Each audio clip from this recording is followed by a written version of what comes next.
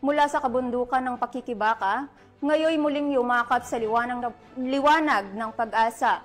Isang miyembro ng Communist Terrorist Group ang voluntaryong nagbalik loob sa pamahalaan ng Tabuk Kalinga bilang hakbang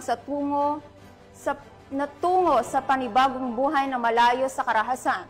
Police Staff Sergeant Juderic Tasing sa balita.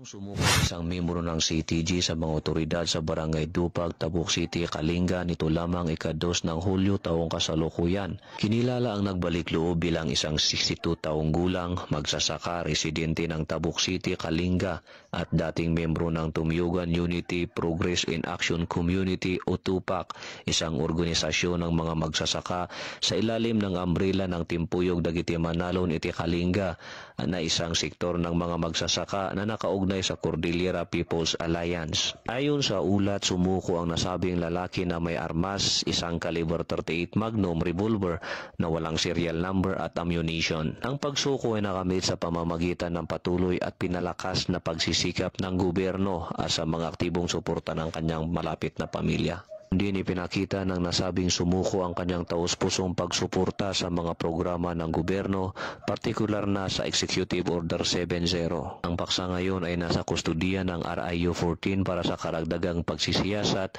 abang ang sinukong baril ay binigay sa PFU Kalinga para sa firearm identification at ballistic examination. Patuloy naman ang panawagan ng pambansang pulisya sa mga natitirang miyembro ng teroristang grupo para magbalik loob sa gobyerno upang tuluyang mamuhay ng mapayapa kasama ang kanilang mga pamilya. Mula dito sa rehiyon ng Cordillera, ako ang inyong PNN correspondent, Police Staff Sergeant Juderic Tasing, alagad ng batas, tagataguyod ng Balitang Pulis.